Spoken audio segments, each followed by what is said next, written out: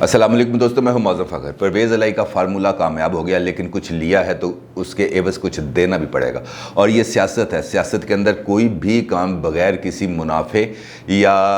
اس کو مفاد کے نہیں کیا جاتا، اور اگر چودھری پرویز الہی نے نون لیگ اور پیپلز پارٹی سے رابطہ کر کے ان کے کینڈیڈیٹس اپنے کینڈیڈیٹ کے حق میں وڈرا کرائے ہیں، کامل علی آغا صاحب کے حق میں وڈرا کرائے ہیں اور یہاں سے ان کو بلا مقابلہ منتخب کرایا ہے، تو اس کی قیمت بھی اب ان کو چکانا ہے، اور وہ ان کی قیمت ڈیفینیٹلی ان کو اب سینٹ کے الیکشن میں یسر رضا گیلانی اور عبدالحفیظ شیخ کے اندر جو مقابلہ ہے اسی کے اندر چکانی پڑے گی، کیونکہ اس کے علاوہ اور کوئی معاملہ نہیں ہے۔ اور مجھے یہ اس کے بارے میں ایک اندر کی خبر بھی پتہ چلی ہے کہ پاکستان کے نمبر 1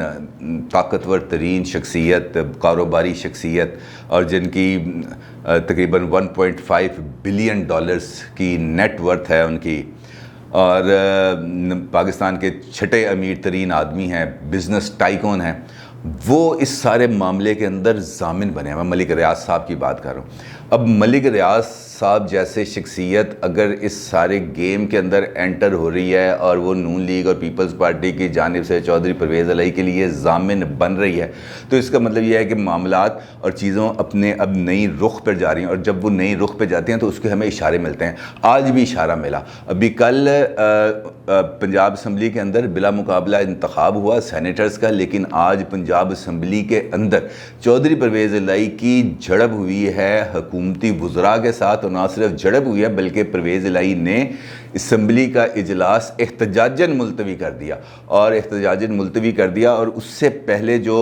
ان کی جو نوک جھونک ہوئی ہے راجہ بشارت کے ساتھ جو وزیر قانون ہیں، تو وہ بھی بڑا معنی خیز ہے، اور یہ والا جملے بھی بڑے معنی خیز ہیں جو راجہ بشارت نے چودھری پرویز الہی کے لیے استعمال کیا۔ انہوں نے یہاں تک کہہ دیا کہ آپ اب قانون کی من مرضی تشریح کر رہے ہیں، اور آپ اپنے ایک پسندیدہ بندے کو تا حیات ایک ملازمت دلوانا چاہ رہے ہیں پنجاب ایمرجنسی سروسز کے اندر۔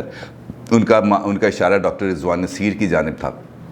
لیکن چودھری پرویز الہی نے کہا کہ یہ میری ڈسکریشن ہے، یہ میری ثوابدید ہے، میں ہاؤس کو چلا رہا ہوں، اور میں اس بات کا فیصلہ کروں گا کہ کون سا بل منی بل ہے اور کون سا ریگولر بل ہے، اور یہ جس معاملے کو آپ منی بل میں لے کے جا رہے ہیں یہ منی بل نہیں ہے، یہ ریگولر بل ہے، اور میرا منہ نہ کھلوائیں ورنہ میں آپ کو بتاؤں گا کہ کون سا بل کس طرح پاس ہو رہا ہے۔ تو یہ وہ ٹیمپریچر ہے جو اس وقت ہمیں نظر آ رہا ہے، اور اس پولیٹیکل ٹیمپریچر کے اندر عمران خان لاہور آتے ہیں، اور لاہور آ کر ایک تقریب سے خطاب کرتے ہیں، اور تقریب کے اندر جب وہ اس بات کا اظہار کرتے ہیں کہ یہاں پر ہم ایک پروجیکٹ شروع کرنے جا رہے ہیں، اور اس پروجیکٹ سے ہمیں تقریباً 6,000 کروڑ روپے کی آمدنی ہوگی، تو کوئی بندہ ہال میں بیٹھا ہوا تالی نہیں بجاتا، اور جب وہ تالی نہیں بجاتے تو پرائم منسٹر کو خود یہ کہنا پڑتا ہے کہ یار اتنی آمدنی ہو رہی ہے پنجاب کو تو آپ لوگ تالی نہیں بجا رہے۔ تو اس سے اندازہ لگائیں کہ وہاں پر بھی جو لوگ بیٹھے ہوئے تھے، وزراء بیٹھے ہوئے تھے، سیکرٹریز بیٹھے ہوئے تھے، وزیر اعظم کی جو معاونین اور مشیران ہیں وہ وہاں پہ بیٹھے ہوئے تھے، کوئی تالی نہیں بجا رہا۔ تو اس سے آپ نا حالات کی سنگینی کو اندازہ لگائیں کہ گل ود گئی ہے۔ انہوں نے ندیم افضل چند والی بات مختاریہ گل ود گئی ہے، اور اب وہاں پہ جو بیٹھے ہوئے لوگ تھے ان کے سامنے بھی گل ود گئی ہے۔ اور آج گورنر ہاؤس اور وزیر اعلیٰ ہاؤس سے پنجاب کے ایم این ایز کو بھی فون کیے، کل بھی انہوں نے فون کیا، آج بھی فون کیا کہ وزیر اعظم لاہور آئے ہوئے ہیں، آپ آ جائیں، آپ کی ان کے ساتھ ملاقات کرانی ہے۔ تو مجھے میرے ذرائع نے، گورنر ہاؤس کے ذرائع نے یہ بات بڑی کلیئرٹی اور کنفرم انداز میں بتائی ہے کہ جناب ہم نے رابطہ کیا۔ جب آج کنفرمیشن کے لیے ان سے دوبارہ رابطہ کیا گیا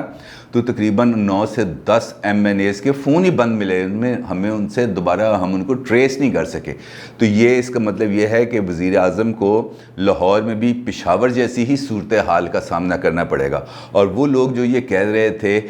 گورنر صاحب یا چیف منسٹر صاحب یا شہزاد اکبر صاحب کہ سب اوکے ہے، سب اوکے نہیں ہے، اور اگر سب اوکے ہوتا تو یہ ڈسکا کی صورتحال جو ابھی آپ کے سامنے ہے یہ ایسی ہوتی، اور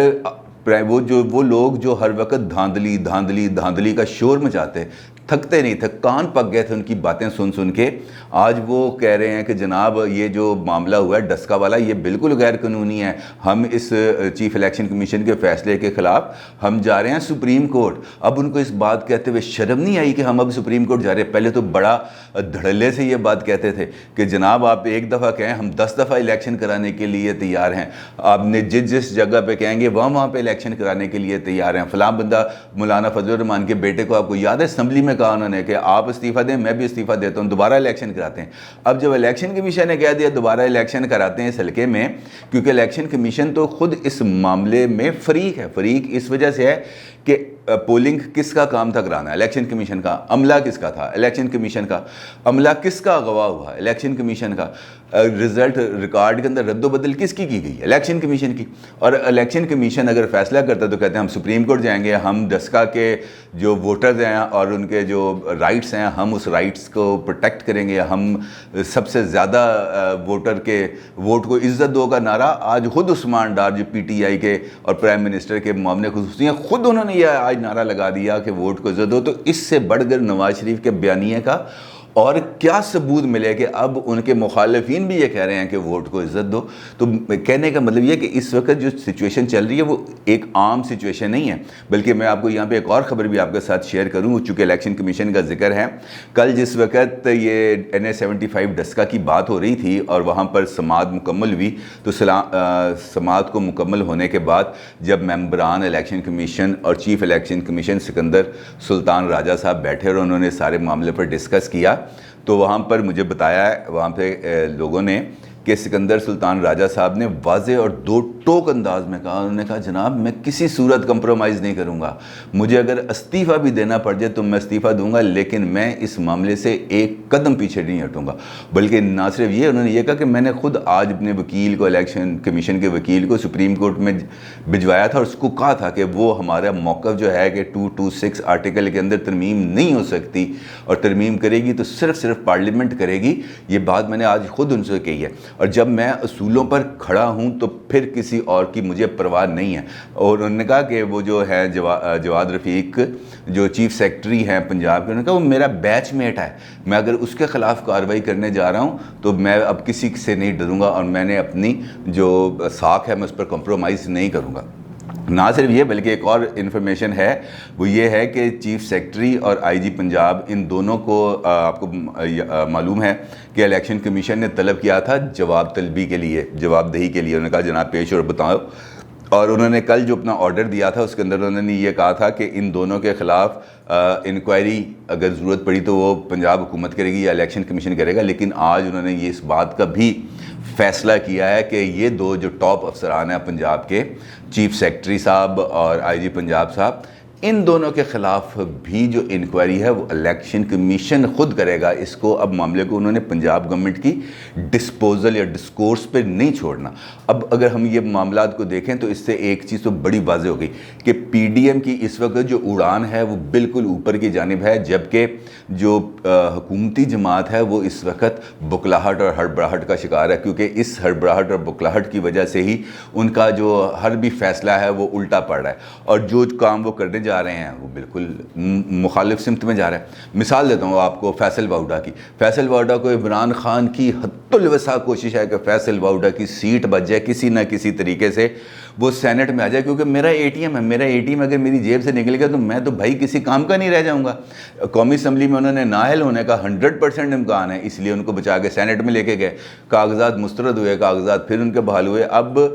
جو فیصلہ تھا الیکشن ٹریبیونل کا اس کو دوبارہ چیلنج کر دیا گیا سندھ ہائی کورٹ میں, اور سندھ ہائی کورٹ نے 1 مارچ کے لیے ان کے لیے نوٹس قرار دے دیے ہیں. دوسری اے ٹی ایم تھی عبد القادر, آپ کو یاد ہوگا عبد القادر کو ٹکٹ دی تھی بلوچستان سے, اور عمران خان نے خود کہا تھا کہ 50 سے 70 کروڑ ریٹ چل رہا ہے. اور پھر جو پی ٹی آئی کی بلوچستان کی جماعت تھی, ان کی جو تنظیم تھی, اس نے ایک ویڈیو پر آ کے یہ کہا ایک ٹی وی پر کہ جناب یہ تو بات ہم نے خود بتائی تھی کہ 50 سے 70 کروڑ روپے ریٹ چل رہا ہے, اور یہ ریٹ تو دینے والا ہی عبد القادر ہے. عبد القادر نے ریٹ دیا 50 سے 70 کروڑ روپے کا, اور وہاں سے پیسے اٹھائے گئے اور اس کو ٹکٹ دے دی گئی, ٹکٹ واپس لی گئی. لیکن باریک گیم کیا کیا کہ اب وہ جو اے ٹی ایم تھی عبد القادر صاحب, ان کے مقابلے میں جس بندے کو ٹکٹ دیا گیا آغا ظہور آغا, تو اب ظہور آغا کو بٹھا دیا آج انہوں نے کہا جی کل بلوچستان عوامی پارٹی کا میں نے آپ کو بتایا تھا کہ پرائم منسٹر پہ بڑا دباؤ تھا, تو انہوں نے اپنے دباؤ نے کام دکھا دیا, ظہور آغا صاحب واپس اور عبد القادر صاحب اب بی اے پی اور پی ٹی آئی کے مشترکہ کینڈیڈیٹ ہوں گے، اور ڈیفینیٹلی وہ اے ٹی ایم ہے 50-70 کروڑ کا اس نے ریٹ دیا ہوا، تو کیسے ہار سکتا ہے؟ تو یہ کمائی کا اگر طریقہ کار ہے تو پھر یہ اس طرف بھی اتنا ہی کمائی کا طریقہ کار ہے جتنا کسی اور جانب ہوگا۔ تو یہ جب کمائی کا موسم ہے تو ہر کوئی کمائی کرے گا، تو عمران خان کس منہ سے یہ اب کہہ سکتے ہیں کہ جناب میں کمائی نہیں کرتا؟ اور وہ بندہ جس کا نام ویڈیو میں آیا، جو ویڈیو کے اندر پیسے یوں گنتا ہوا نظر آ رہا تھا، سلطان محمود صاحب جو کے پی کے وزیر قانون تھے، آج 10 فروری کو 11 فروری کو ان سے وزارت سے استعفیٰ لیا جاتا ہے، اور آج 26 فروری 25 فروری کو ان کو دوبارہ چیف منسٹر کے پی خود بلاتا ہے اپنے سیکریٹریٹ میں، اور بلا کے ان کے ساتھ معاملات کو طے کرتا ہے۔ تو یہ تمام چیزیں کیا ثابت کرتی ہیں؟ یہ چیزیں یہی ثابت کرتی ہیں، یہ تمام معاملات کے گل ود گئی ہے، اب ان کے کنٹرول میں چیزیں نہیں ہیں، اور اب جتنی مرضی کنٹرول میں کرنے کی چیزیں معاملات کو کرنے کی کوشش کریں، اس نے کسی بھی صورت اب قابو میں نہیں آنا۔ اور بھی تو یہاں پر معاملات اس طرح چل رہے ہیں، ابھی کل جب مریم نے پہنچ جانا ہے اسلام آباد، تو اس کے بعد تو وہاں پہ جو اس کی اہم ملاقاتیں ہیں، تو اس کے بعد تو پھر معاملہ بالکل ہی ان کے ہاتھ سے نکل جانا ہے۔ اب میں آپ کو ایک بات بتاؤں کہ سینٹ الیکشن یسر رضا گیلانی عبدالحفیظ شیخ،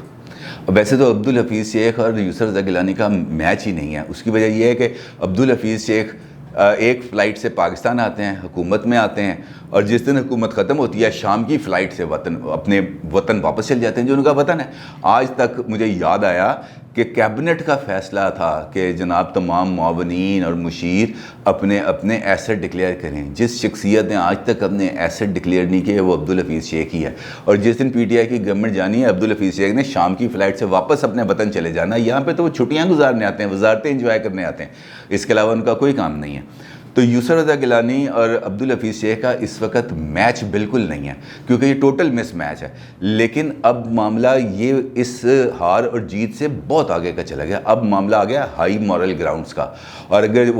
وہ ہائی مورل گراؤنڈز ہے جس کا ذکر عمران خان بارہا کر چکے ہیں، لیکن اب وہ خود اپنے ہائی مورل گراؤنڈ سے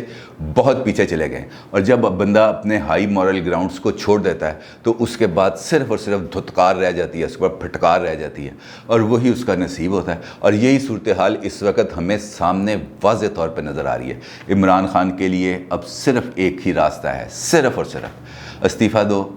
گھر جاؤ۔ اپنی رائے کا ضرور اظہار کیجیے گا۔ آپ کا بہت شکریہ۔ اللہ حافظ۔